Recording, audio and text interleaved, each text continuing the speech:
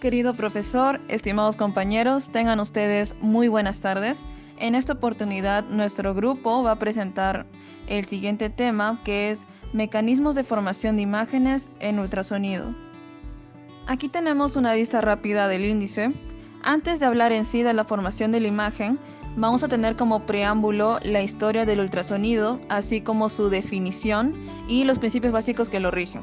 Ahora le doy el pase a mi compañero. Muy buenos días. Hoy hablaremos sobre el mecanismo de formación de imagen en ultrasonido.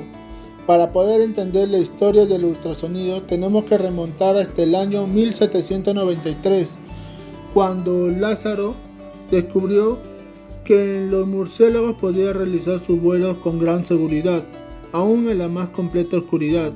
Estos animales se orientaban con el oído, ya que producían sonidos que se reflejaban sobre objetos. En 1880, Pierre y Jacques Curie descubrieron el fenómeno de la piezoelectricidad. También publicaron los resultados con experimentos realizados. En 1917, Paul y Chmielowski produjeron el primer generador piezoeléctrico del ultrasonido. Griffin demostró la emisión de ultrasonido por los murciélagos en 1938. En 1942, los ultrasonidos introducidos por primera vez por Duchenne como medio de diagnóstico en medicina para explorar anomalías cerebrales. En 1949, George y Francis Stunter estudiaron la utilización de los ultrasonidos para detectar cuerpos extraños como el metal, el vidrio, los cálculos biliares, incluidos experimentalmente en diferentes tejidos orgánicos. En 1982, Alok anunció el desarrollo de Doppler a color en imagen bidimensional. Y en 1983, Louis detectó cáncer gástrico utilizando combinaciones de gastroscopía y ecografía. Una introducción breve del ultrasonido es que se define como la serie de ondas mecánicas, generalmente longitudinales, originadas por la vibración de un cuerpo elástico, como el cristal piezoeléctrico, y propagadas por un medio material, como es el tejido corporal. Las frecuencias del ultrasonido supera al del sonido audible, que es de 20.000 ciclos por segundo o de 20 kilowatts. Por otro lado, la ecografía es una herramienta de diagnóstico que utiliza ondas que producen ultrasonidos con una frecuencia acústica. Eso sería todo conmigo, paso a mi compañero. Gracias. Principios básicos del ultrasonido. Como vimos en la historia del ultrasonido, actualmente lo utilizamos como técnica diagnóstica para definir los órganos del cuerpo humano, pero cada tejido del cuerpo tiene determinadas propiedades acústicas. Por lo tanto, la ecografía puede generar la representación en forma de ondas, curvas o imágenes de dicha estructura. Para familiarizarnos con el lenguaje utilizado en la ecografía, es necesario conocer algunos principios físicos básicos, como el sonido, que es una forma de energía mecánica que se propaga a través de la materia en forma de ondas. Estas ondas presentan algunas características básicas. Como vemos en esta imagen de una onda, tenemos diferentes características. Por ejemplo, el ciclo, que es el fragmento de la onda comprendido entre dos puntos iguales en su trazado, con una parte positiva y una negativa. Como vemos, el ciclo se repite a lo largo de toda la onda. Bien, ahora vemos la longitud de onda, que es la distancia en que la onda realiza un ciclo completo. Esta longitud está determinada por la fuente del sonido y es constante para cada onda. También vemos la amplitud, que es la altura máxima que alcanza una onda. Está relacionada con la intensidad del sonido y su unidad de medida es el decibelio. Tenemos la frecuencia, que es el número de ciclos por unidad de tiempo. Se expresa en Hz, que es el número de ciclos por segundos. Significa que en un Hz es equivalente a un ciclo por segundo. También se pueden utilizar sus múltiplos como un kilohertz y un megahertz, que equivalen a 1000 ciclos por segundo y 1.000.000 de ciclos por segundo respectivamente.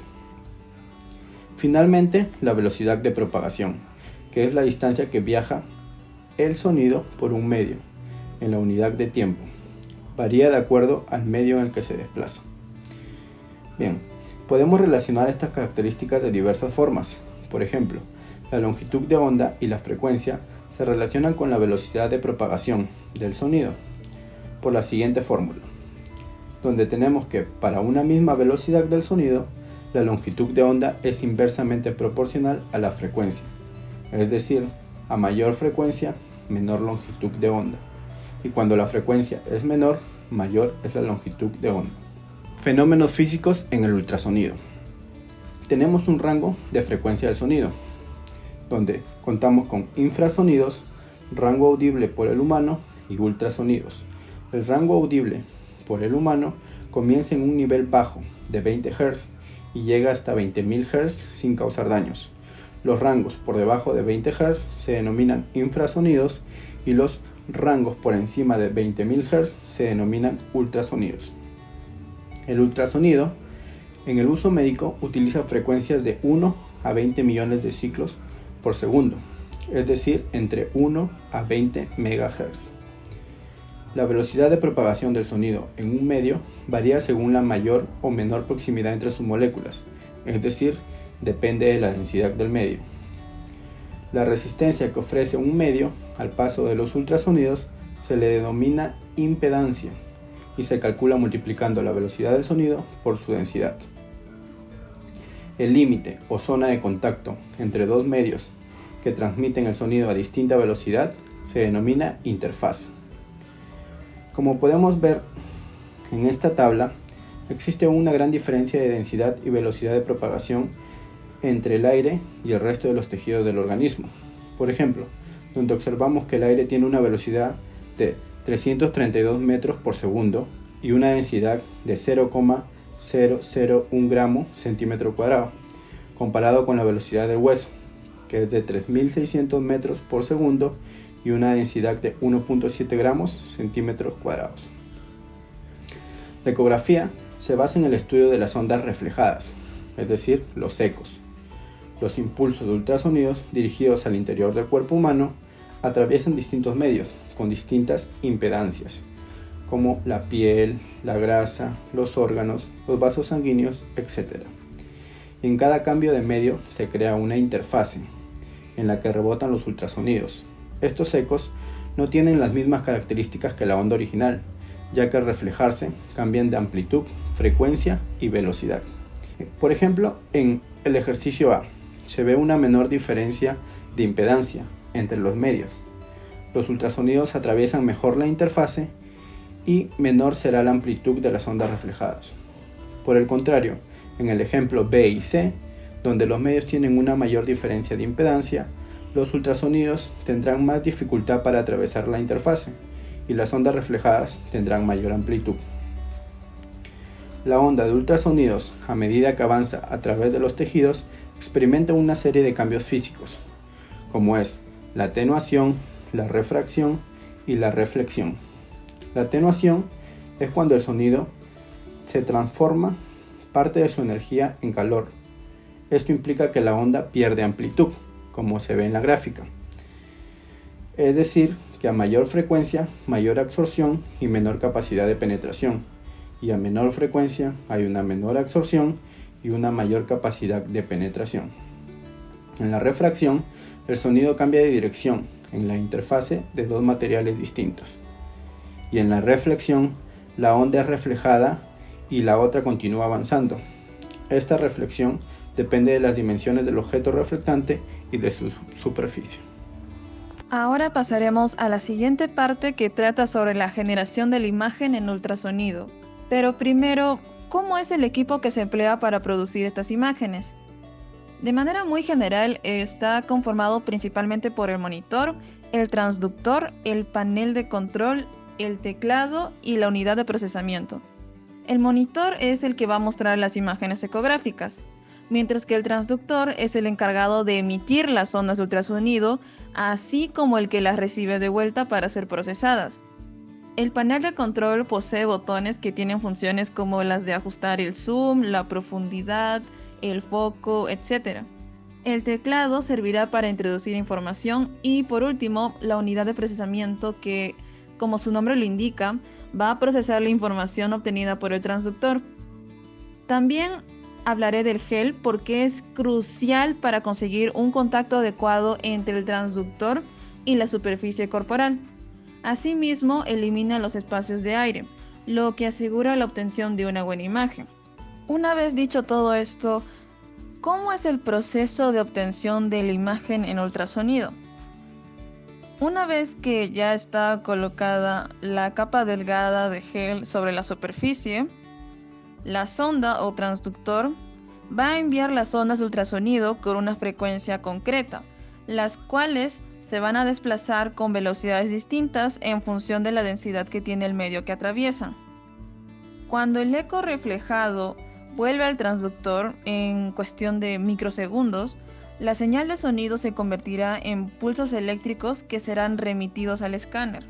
Posteriormente, mediante un ordenador instalado en el propio equipo, el escáner determinará cuánto tiempo ha tardado en volver el eco, así como la frecuencia del eco reflejado y la magnitud o amplitud de la señal. Con toda esta información, el ordenador podrá generar una imagen ecográfica de la parte del cuerpo que se evaluó y será mostrado en el monitor.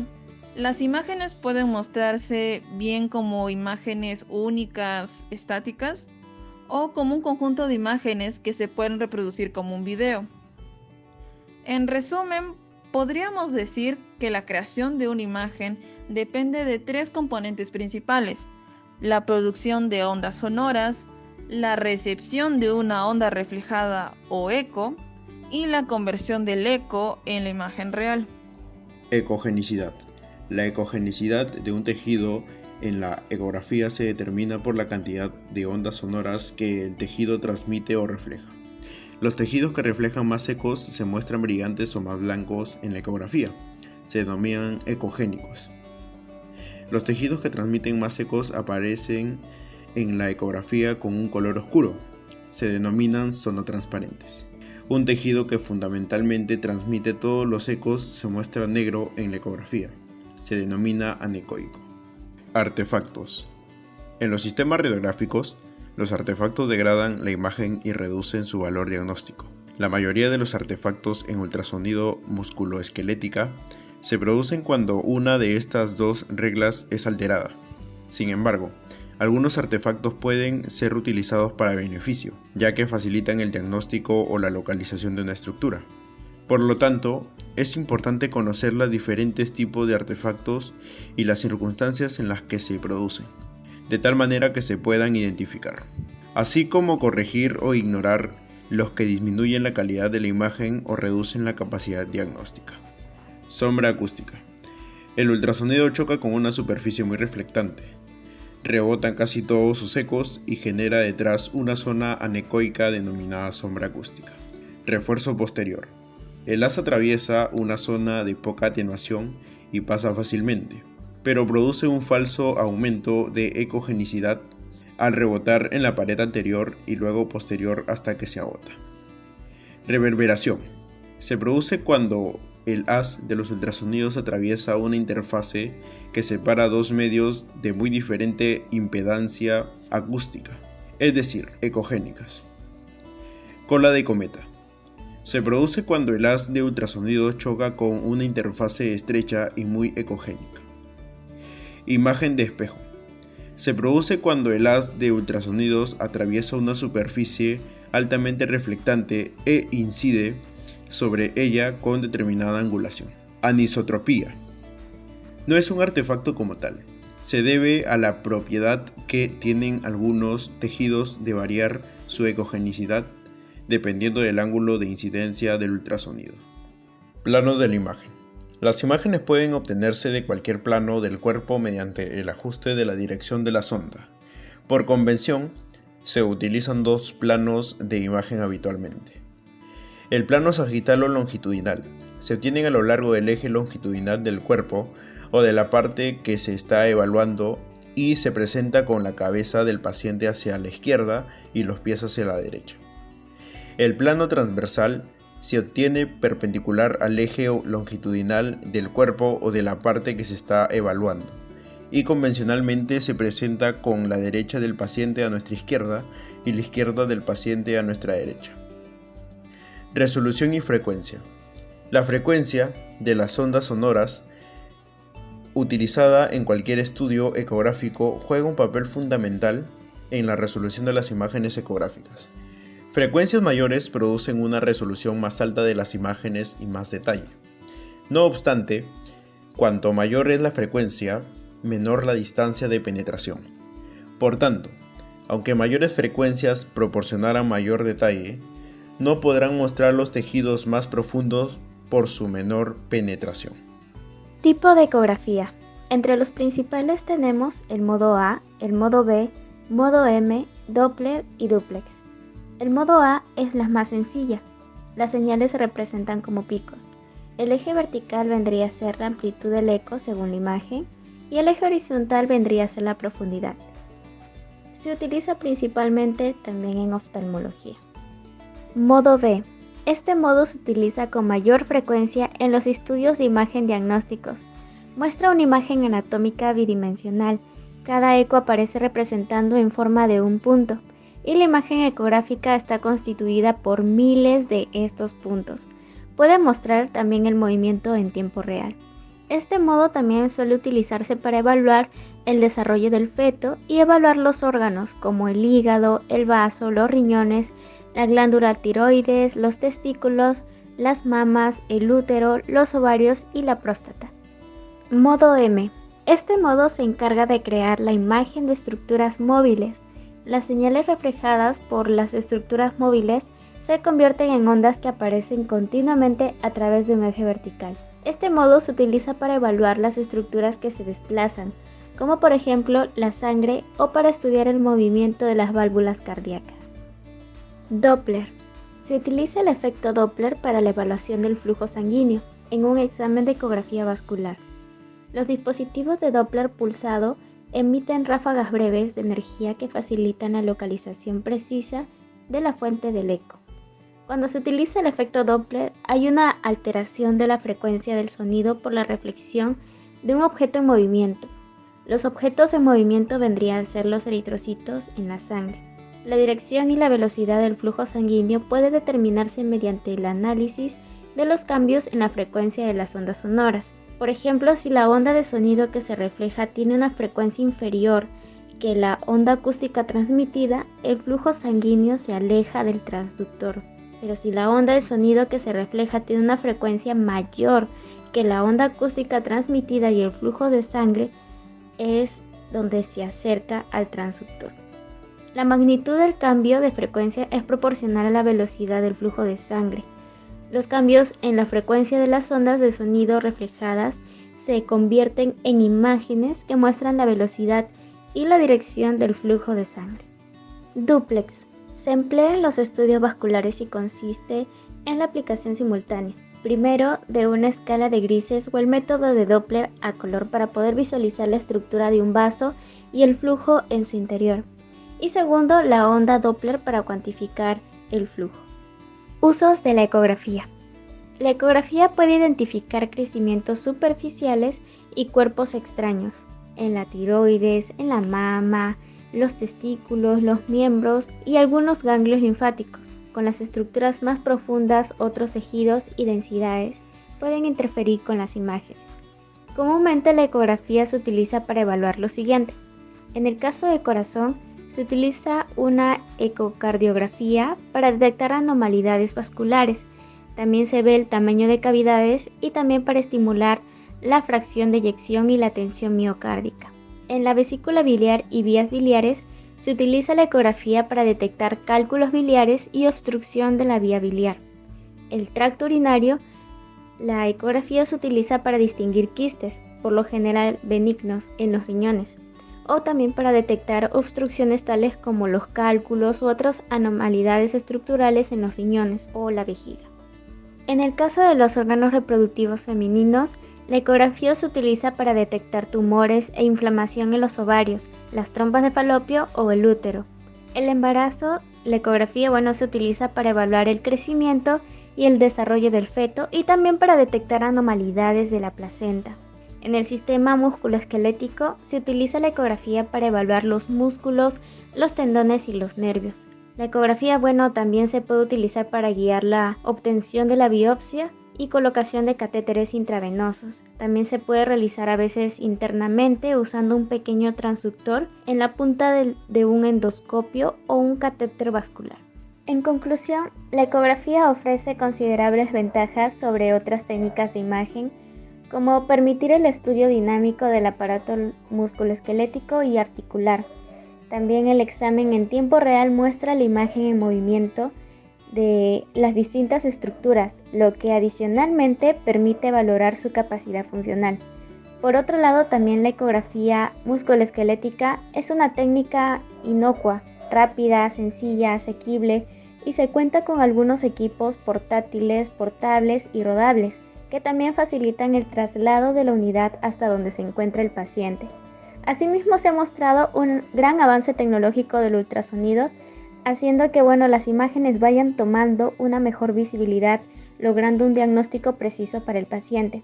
Y poco a poco el ultrasonido se ha convertido en una parte cada vez más importante de la medicina y otras áreas, ya que proporciona información que puede ayudar al médico a plantear seguimiento de un paciente, por ejemplo a mujeres embarazadas, mejorando así la probabilidad del éxito del embarazo. Esperamos que este seminario haya sido de su agrado, alcanzando las expectativas requeridas en este curso. Muchas gracias por su atención.